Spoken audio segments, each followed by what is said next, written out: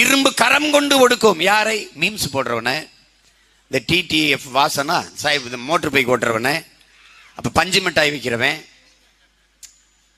உண்மையிலேயே பஞ்சு மிட்டாயில என்ன இருக்கான்? போதை பொருள் இருக்கான்.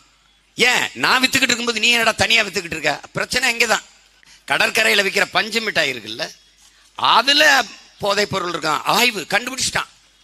கள்ளச்சாராயத்தை கண்டுபிடிக்க முடியல. கல்லூரி வாசல்ல, பள்ளிக்கூட வாசல்ல விற்கிற கொக்கைன், அபின், கஞ்சா, இந்த ஸ்டாம்ப் இதெல்லாம் கண்டுபிடிக்க முடியல. ஏன்?